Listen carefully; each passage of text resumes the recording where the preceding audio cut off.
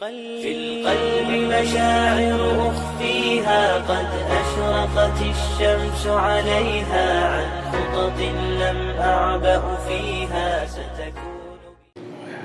السلام عليكم ورحمة الله وبركاته.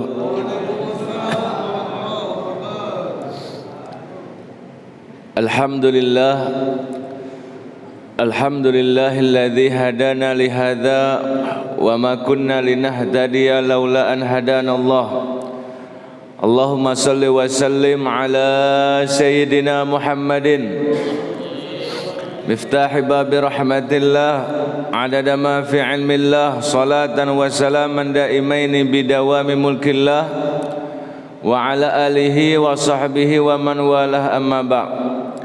Qala Allah subhanahu wa ta'ala fil Qur'anil Karim, Bismillahirrahmanirrahim, wal 'asri innal insana lafi khusrin illa alladhina amanu wa 'amilus solihati wa tawasaw bil haqqi wa tawasaw bis sabri. Wa qala aidan, Bismillahirrahmanirrahim, khudh min amwalihim sadaqatan tutahhiruhum wa tuzakkihim. Sadaqallahu maulanal azim. Bapak Ibu jamaah salatus subuh Masjid Al-Ikhlas yang dimuliakan Allah Subhanahu wa taala.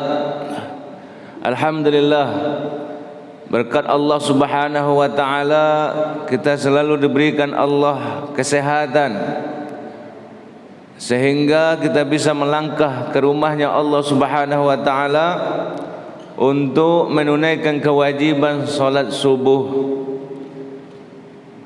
Kemudian salawat berangkaikan salam tak henti-hentinya kita adreskan kepada junjungan alam Nabi kita Muhammad sallallahu alaihi wasallam dengan memperbanyak membaca salawat. Allahumma salli wa sallim ala sayyidina Muhammadin wa ala ali sayyidina Muhammad. Bapak Ibu yang dimuliakan Allah Subhanahu wa taala, maka di akhir-akhir Ramadan ini, di musim-musim kebaikan ini, marilah senantiasa kita meningkatkan takwa kita kepada Allah Subhanahu wa taala, meningkatkan ibadah kita di hadapan Allah Subhanahu wa taala. Nisfu Ramadan qad dhahab wa nisfuhu dhahab. Sebagian pertengahan atau sebagian Ramadan sudah meninggalkan kita Bapak Ibu. Wa nisfuhu dhahab, dan di akhir ini, di pertengahan akhir ini adalah masa-masa keemasan untuk menggapai rahmat dan ridho Allah Subhanahu wa taala. Maka beruntunglah orang yang selalu meningkatkan ketaatannya di hadapan Allah Subhanahu wa taala, apalagi di bulan suci Ramadan, bulan yang penuh ampunan. Apalagi bulan suci Ramadan yang awalnya adalah rahmat kasih sayang Allah dan pertengahannya adalah ampunan Allah, wa akhiruhu, dan akhir Ramadan ini adalah itqun minan nar. Allah melepaskan jiwa-jiwa kita nantinya daripada azab api neraka. Mudah-mudahan kita semua mendapatkan rahmat, ampunan, dan diselamatkan daripada azab neraka. Amin ya rabbal alamin.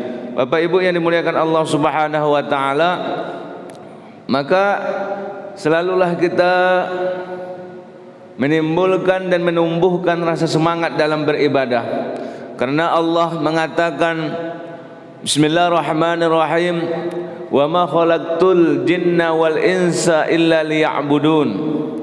Dan tidaklah aku ciptakan manusia dan jin, kata Allah, illa liya'budun, kecuali mereka menyembahku, kecuali agar mereka mentauhidkanku, illa liyu'arrifun, kecuali agar mereka mengenalku, kata Allah Subhanahu wa taala.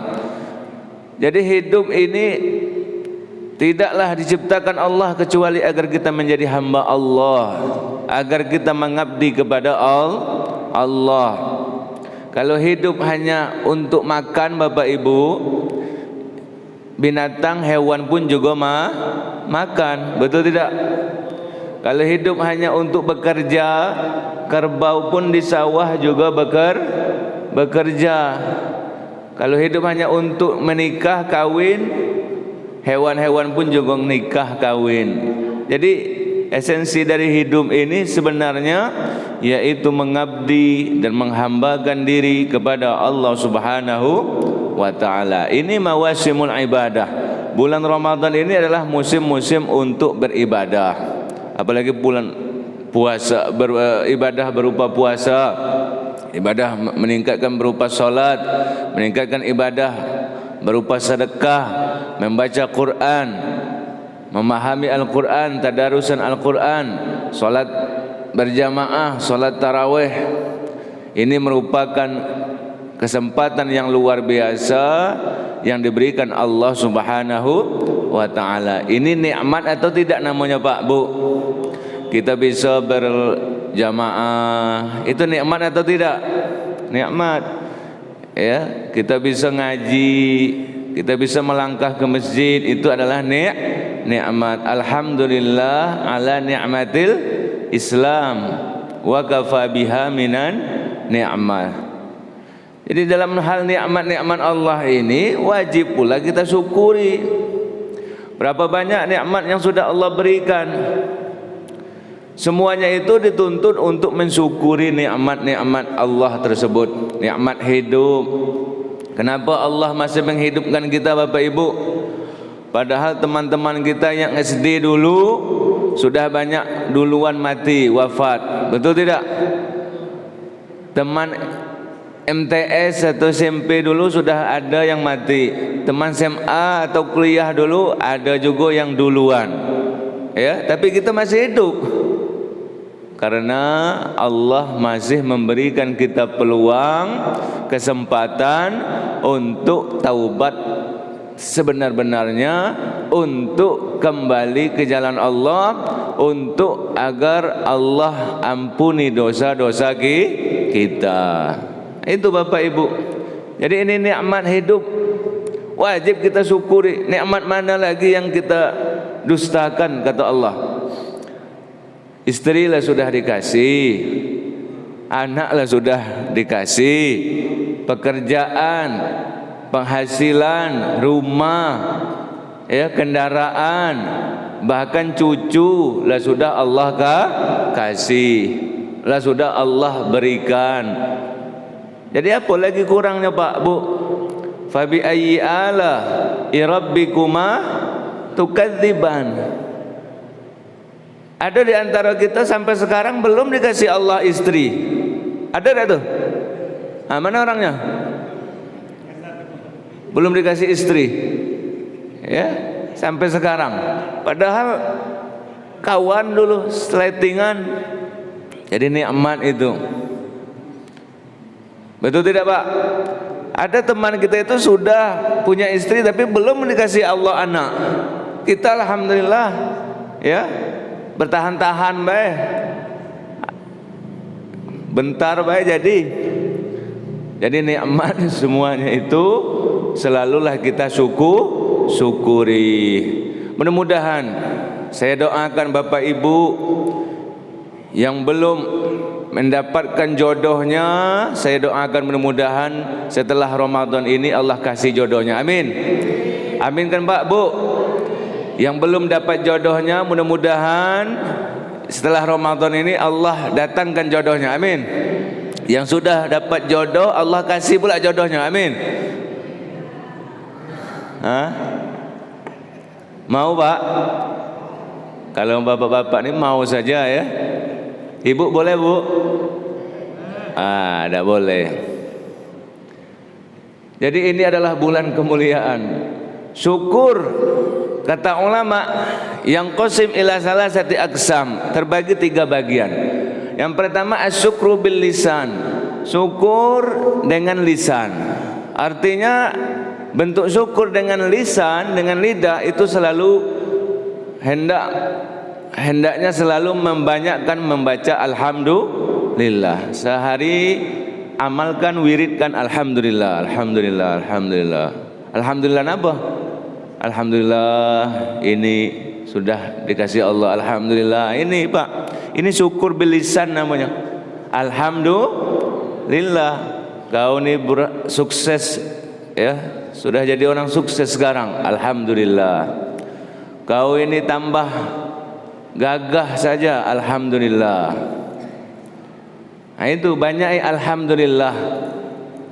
Pegang itu tasbih, banyakin baca alhamdulillah, itu syukur bil lisan. Yang kedua asyukru bil qalb, syukur di dalam hati. Bagaimana syukur dalam hati? Kita menyadari bahwa segala pemberian ini yang tadinya kita tidak membawa apa-apa, lahir sehelai benang pun tidak kita bawa, tapi sekarang kita mempunyai apa-apa, dikasih oleh Allah yang maha mempunyai segala apa-apa, maka kita menyadari bahwa itu adalah pemberian Allah Subhanahu wa ta'ala. Itu syukur bil qalbi. Yang ketiga asyukru bil jawarih, syukur dengan anggota badan, dengan tindakan, dengan perbuatannya nyata. Punya baju, syukur atas nikmat baju itu. Ya, bajunya dipakai untuk sholat, bajunya dipakai untuk beramal ibadat. Punya kendaraan, ya kendaraannya dipakai untuk tempat yang baik. Punya motor dipakai untuk ke masjid, punya mobil dipakai untuk ke masjid, bantu orang. Itu syukur namanya Pak. Bil jawarih, dengan tindakan. Punya uang, ia disedekahkan. Ya Pak, ya Bu, banyak punya pakaian di rumah, itu disyukuri.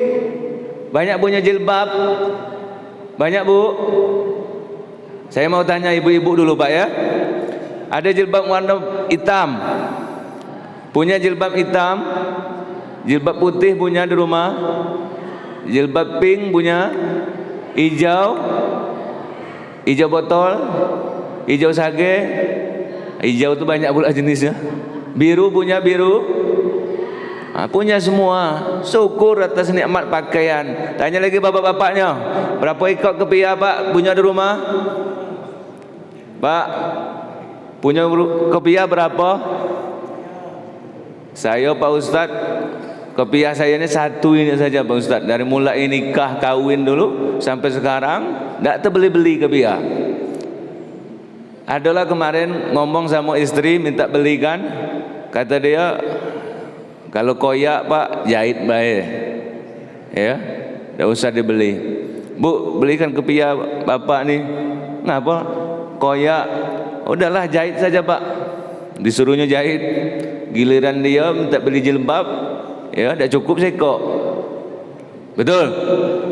Dari mulai nikah sampai sekarang kepia bapaknya cuma satu-satunya. Ada tidak tuh Pak? Ada tidak? Mana orangnya? Ya.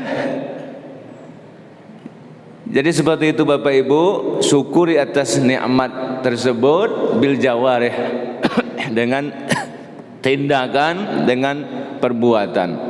Maka ini adalah bulan syukur atas nikmat-nikmat Allah Subhanahu wa ta'ala. Dikasih Allah harta, syukur harta, yaitu disedekahkan. Apalagi kita mendekati Idul Fitri, insyaallah kembali kepada fitrah, maka diwajibkan setiap individu kita membayar zakat fitrah. Ini amalan Ramadan, ini puasa Ramadan, kata Nabi Muhammad SAW, tergantung-gantung.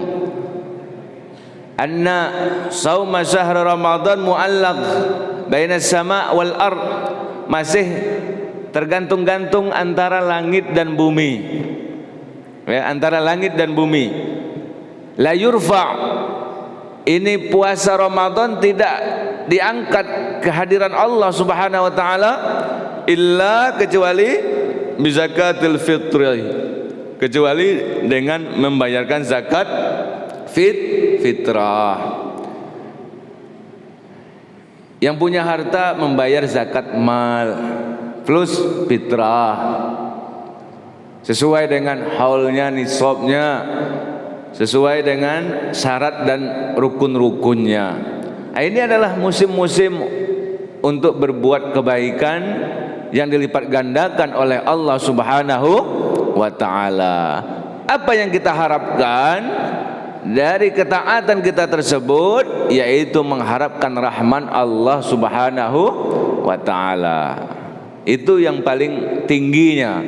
Tapi ada juga Bapak Ibu di antara kita ini beramal bukan mengharap rahman Allah, tapi mengharap surganya Allah. Boleh saja kau ini ngapus semayang, ngapus sholat, aku pengen masuk surga. Boleh deh tuh? Boleh tidak? Boleh. Kita ini orang awam ya. Kalau orang alim lain lagi. Orang alim, orang yang tingkatan wali-waliullah, kalau beramal mengharapkan ridho dan rahman Allah. Kalau kebanyakan kita ini beramal, sholat, puasa, zakat, ya, tidak mau masuk neraka, takut masuk neraka, berharap semua kita masuk surga. Amin ya rabbal alamin. Saya mau tanya, ada Bapak Ibu yang mau masuk neraka di sini? Tidak ada ya? Insya Allah Bapak Ibu, kita berdoa kepada Allah agar kita semua bisa pulang kampung dengan selamat. Amin ya rabbal alamin. Tahu pulang kampung? Maksud saya pulang kampung itu pulang ke surga. Kenapa surga adalah kampung halaman kita? Kampung halaman kita ini Bapak Ibu hakikatnya bukan Padang, bukan Jawa, bukan Batam, bukan Palembang, apa lagi? Bukan Bandung, apa lagi? Bukan Lampung. Kampung halaman kita hakikatnya yaitu surganya Allah. Kenapa? Karena kita semua nenek moyang kita semua keturunan Nabi Adam alaihis salam. Betul tidak? Kita semua keturunan Nabi Adam. Nabi Adam asalnya dari surga dan kembali ke surga. Saya mau tanya, ada di sini anak keturunan iblis? Tidak ada ya? Kalau iblis dari neraka memang, ya.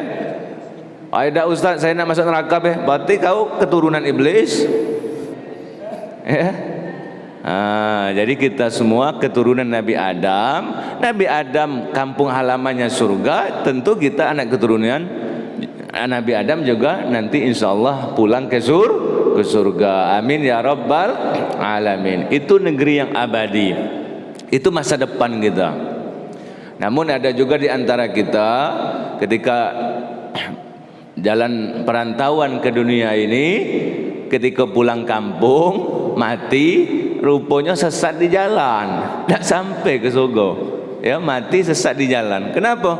Karena ketika dalam masa perantauan dia tidak ngikut perintah Allah, tidak ngikut perintah Nabi. Orang sholat dia tidak sholat. Akhirnya pas mati tidak tahu jalan pulang, sesat di jalan. Akhirnya tidak balik lagi ke dunia, jadi pocong mumun. Ya, banyak itu. Na'udzubillah min dzalik. Jadi hidup dunia ini kata Rasul sallallahu alaihi wasallam, kun fid dunya gharib au abir sabil. Jadilah engkau hidup dunia ini orang pendatang, orang aneh, orang asing, au abir sabil, atau hanya sekedar numpang lewat, hanya sekedar numpang merantau di negeri orang. Jadi hakikatnya dunia ini adalah tempat sementara perantauan kita. Hakikatnya kampung halaman yaitu surganya Allah Subhanahu wa ta'ala. Mudah-mudahan kita semua yang hadir, begitu juga anak cucu kita semua selamat melangkah ke dalam surga bersama Nabi kita Muhammad sallallahu alaihi wasallam. Amin ya rabbal alamin. Pengen masuk surga dah Pak, Bu?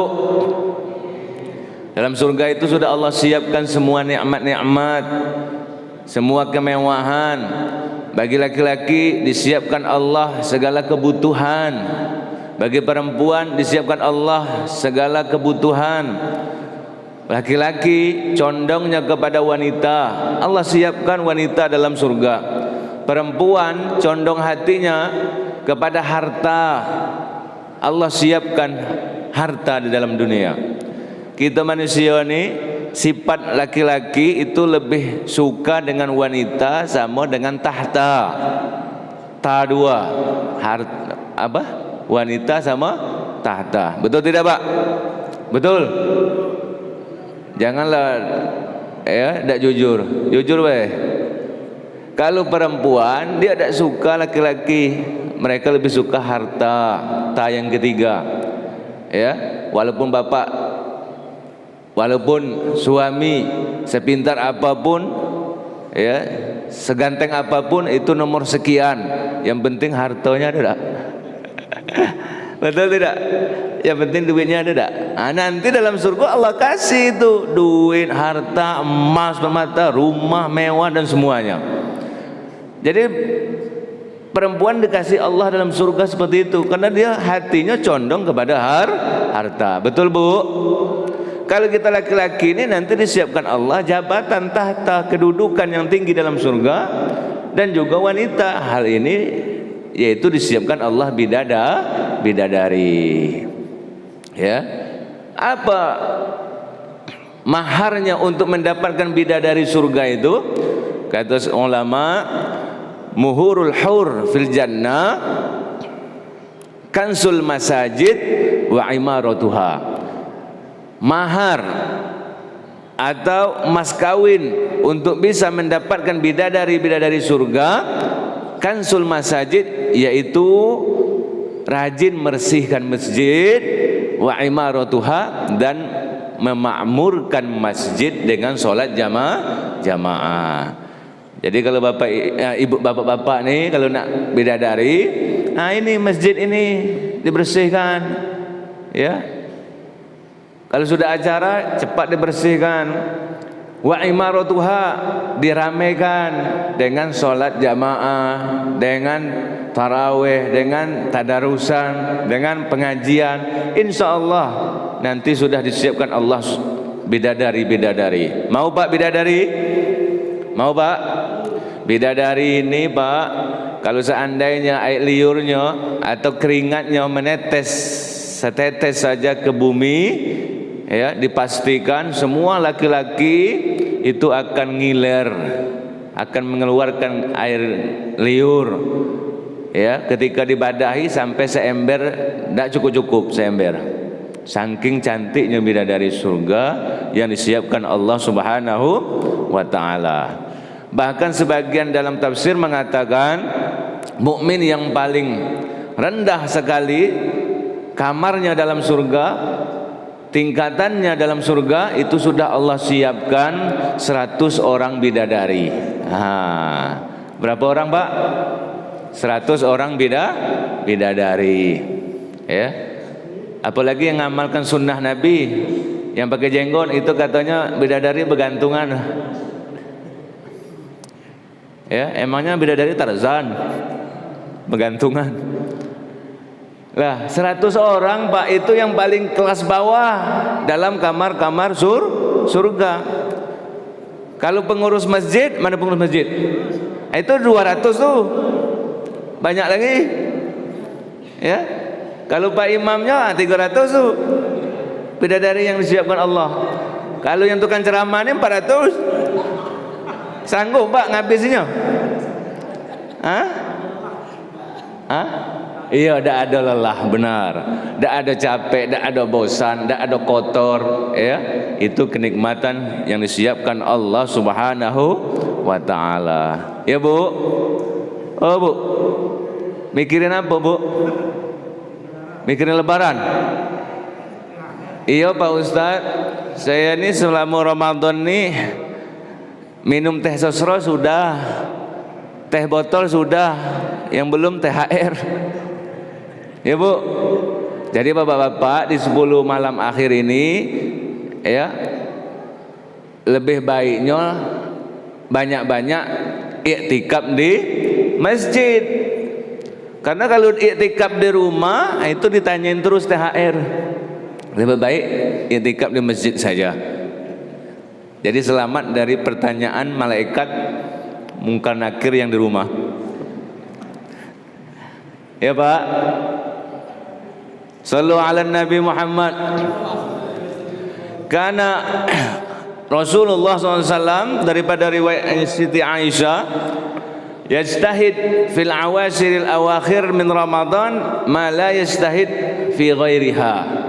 Nabi Muhammad SAW di 10 akhir Ramadan ini bersungguh-sungguh ibadahnya, artinya lebih dikencangkan ibadahnya, tidak sama seperti sebelum-sebelumnya.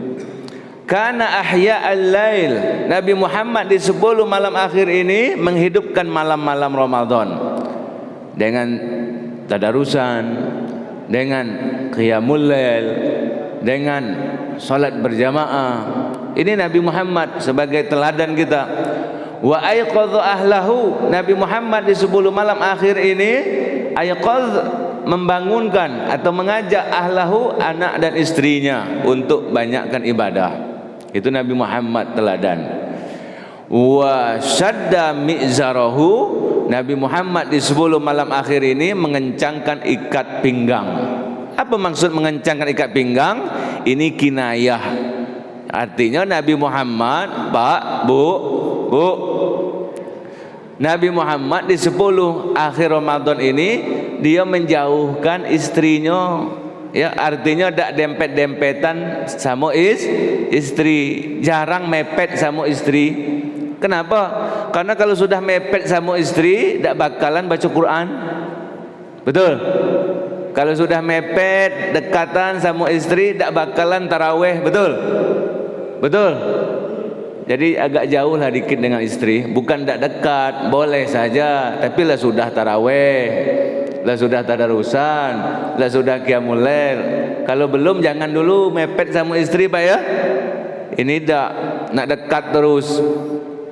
Nah, ini kesempatan untuk menggapai ridho Allah Subhanahu wa taala. Jadikan Ramadan ini seolah-olah Ramadan terakhir. Begitu juga solat, kata Rasul, jadikan solat kita itu seolah-olah solat terakhir. Kenapa dianggap solat terakhir? Supaya ibadahnya berkualitas, supaya puasanya ya lebih baik dari tahun-tahun sebelumnya.